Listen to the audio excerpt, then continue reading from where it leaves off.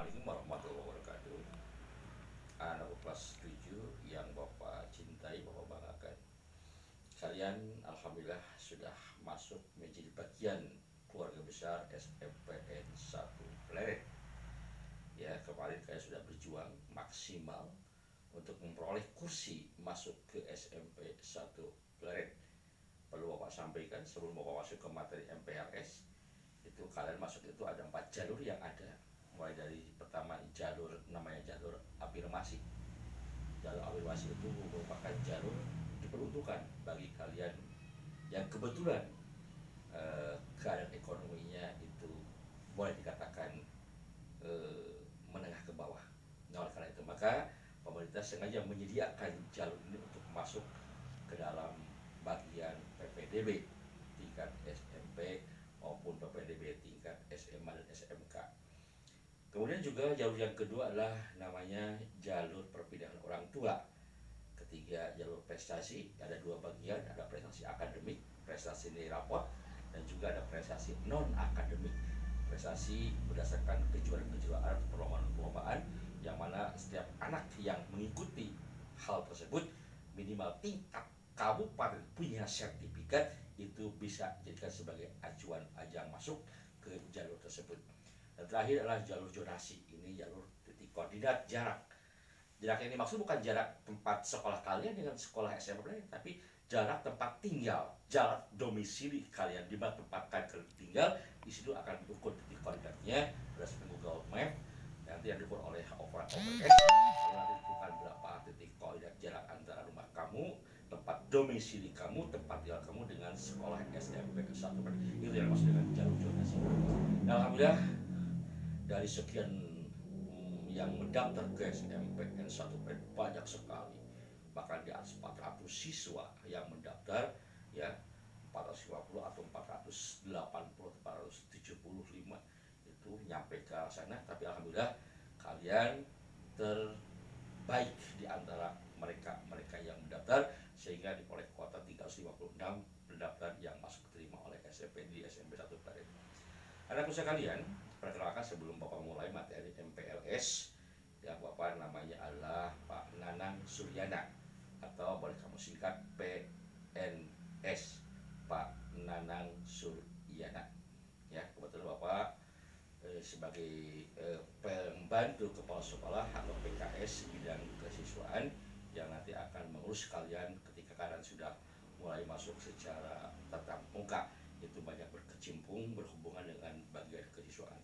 Anak usaha kalian, di masa COVID-19 ini sebenarnya tadinya MPS akan dilaksanakan secara luring atau offline, artinya bertatap muka. Harusnya kalian bertatap muka, saudara yang lain sering memperkenalkan diri sehingga nanti kalian semua tahu. Nah, didahului sebelum proses belajar mengajar di SMA ini, tentu ada yang namanya MPLS, masa pengenalan lingkungan sekolah. Jadi kalian sebelum memulai pelajaran, minimal saat masuk awal diperkenalkan dulu tentang lingkungan sekolah di SMPN 1 Pleret. Mana ruang gurunya, mana ruang kantor kepala sekolah, mana ruang perpustakaan, mana ruang tas tenaga administrasi sekolah, namanya TU, ya, itu diperkenalkan mana WC, mana tempat ibadah kalian, masjid, ya, dan lain sebagainya, tempat upacara di mana. Itu sebenarnya kalau sistemnya offline, sistem luring, itu akan dibawa oleh guru atau oleh pengurus OSIS itu keliling mengenal lebih dekat tentang sarana prasarana yang ada di SMP kita. Namun karena COVID-19 inilah yang menyebabkan kalian sistem daring atau tapi sistem online. Nah, salah satu bentuknya adalah seperti sekarang ini. Harusnya Bapak kan bertatap muka di hadapan kalian di kelas, masuk kelas, Bapak menyampaikan materi ini. Namun karena kebetulan sekarang masih belum diperbolehkan, karena pelakatan masih dalam zona hijau, tidak diperkenankan. Oleh karena itu akan diperkuat oleh SE surat edaran Bupati yang bisa kepada kita semuanya bahwa ini rentan sekali, berbahaya sekali kalau dipaksakan antara siswa dengan guru bertatap muka berhubungan, apalagi dengan kalian saling berhubungan tiap hari, tidak ada hentinya. Oleh karena itu maka dalam rangka menghindari hal ini, saking kuyaan ada denda itu pemerintah ke urang, sehingga nanti hindarilah yang diupayakan. Baik sekalian, pada hari ini Bapak kebetulan membawakan materi dari Ketua Panitia MPLS, yakni yang berjudul tentang pola hidup bersih dan sehat dalam rangka pencegahan COVID-19. Perlu Bapak sampaikan bahwa ini COVID-19 itu merupakan sebuah virus yang diameternya disinyalir 0,8 nanometer, paling kecil sekali. Namun sampai sekarang benda yang kecil ini, yang asing ini, sungguh sangat membuat dunia gempar, membuat dunia ketar-ketir. Bahkan jangankan di negara kita Indonesia yang masih notabene negara developing country, negara berkembang, itu juga merupakan momok bagi bangsa kita. Bahkan negara Indonesia sekalipun, negara Barat sekalipun, negara apa sekalipun, dibuat ketir, termasuk Amerika Serikat, Uni Soviet, Italia, Jerman, negara-negara termasuk kategori developed country, negara maju, developed country, newly developed country, tetap itu dibuat ketar-ketir dengan adanya COVID-19 ini. Oleh karena itu maka seorang direktur WHO, World Health Organization, yang bernama Dr. Tedros Adhanom, dia pernah mengatakan bahwa sampai detik ini, sampai saat ini belum ada satu obat pun, satu vaksin pun yang bisa mencegah terjadinya penurunan COVID-19 ini. Oleh karena itu maka tidak ada lain, kita kembalikan diri kita untuk melakukan pola hidup bersih dan sehat dalam rangka mencegah penularan COVID-19 ini. Bapak sampaikan 5 pola hidup sehat kita mencegah penularan COVID-19.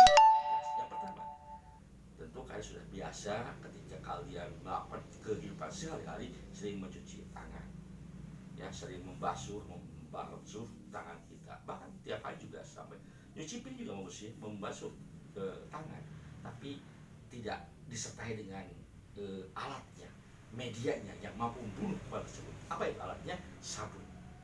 Nah, oleh karena itu maka yang pertama adalah kita mencuci tangan dengan menggunakan media sabun atau disinfektan yang lainnya yang mampu membunuh itu kuman virus COVID-19. Kenapa demikian? Karena virus COVID-19 punya sisi kelemahan, di antaranya dia akan hancur, akan lebur, ya, akan rusak dengan menggunakan alat tersebut, yakni media sabun atau media pencuci lainnya, ya, disinfektan lainnya. Oleh karena itu maka dibiasakan ketika kita berwudu, ketika kita mencuci tangan, boleh dari sekarang, ya, kita bersih sekali mencuci tangannya. Kemudian kita sering mencuci tangan dengan menggunakan sabun, ya, sebelum makan, mau bepergian, setelah bepergian, atau di tempat-tempat umum itu ada disediakan hand sanitizer atau hand sanitizer.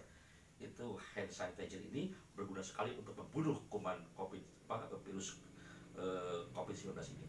Yang kedua, pola hidup apa yang mampu mencegah terjadinya penularan COVID-19 adalah kita menggunakan alat pelindung diri. Ini Bapak kebetulan bawa, ya, ini namanya masker. Masker berbagai macam bentuk, ya. Yang penting kita mampu menutup dengan baik, ya. Utamanya di tempat keramaian, tempat umum, ya, yang banyak berhubungan dengan orang banyak, itu wajib kita menggunakan masker, alat pelindung diri. Ini merupakan bagian dari pola hidup sehat, pola hidup bersih dan sehat dalam rangka mencegah COVID-19. Nah, pertanyaannya adalah, Pak, mengapa kita pakai masker? Itu tujuannya kita tidak tahu kita berhubungan dengan orang, kita keseharian kita berhubungan dengan manusia lainnya, dengan teman kita, dengan saudara kita, dengan hale taulan, dengan orang yang tidak kita kenal. Kita nggak tahu apakah mereka tertulari virus COVID-19 atau tidak. Apalagi sekarang kan sudah dikatakan oleh pemerintah bahwa sekarang yang terkena sekalipun tidak nampak. Ini yang berbahaya. Kalau yang masih bersin-bersin, kita sudah mulai tahu bahwa itu adalah penyakit, maka kita menghindar. Walaupun flu biasa, tapi tetap lebih baik kita mencegah daripada mengobati.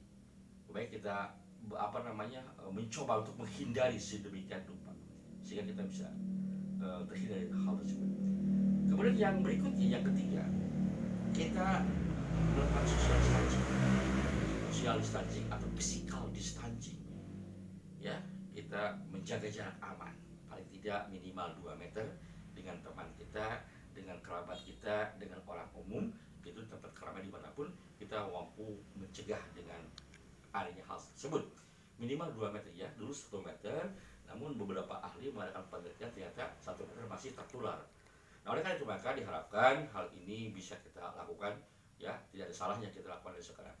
Nah, berikutnya anak sekalian, yang keempat, kita mencoba untuk memperkuat imun kita, tubuh kita dari mudahnya terserang penyakit COVID-19 ini dengan banyak memakan makanan yang tadah akan imun kita terhadap serangan tersebut. Ya, adalah sayur-sayuran. Ini baik sekali dari sekarang kalian mencoba memakan sayur-sayuran sebaik mungkin ya. Kita pilih mana yang kira-kira mampu mencegah imun kita lebih bagus lagi, memperkuat daya tahan imun kita lebih bagus lagi. Itu adalah hal terbaik yang kita lakukan. Insya Allah ini merupakan kebiasaan hidup orang Indonesia yang sering banyak makan sayur-sayur tersebut. Terakhir teman sekalian, yang perlu kita jaga betul adalah yang kelima ya. Yang kelima itu diantaranya kita melakukan sebuah terobosan baru